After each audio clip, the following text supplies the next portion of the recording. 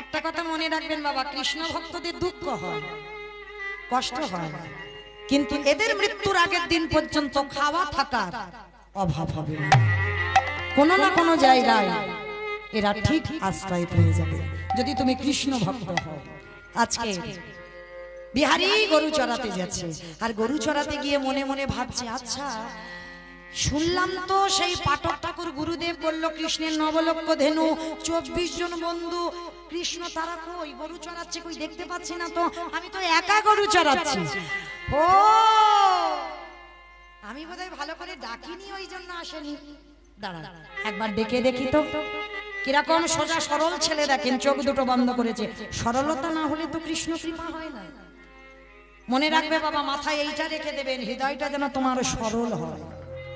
যত পেঁচালো হবে, যত জড়ালো হবে, এই হৃদয়ে ভগবত কৃপা হবে না।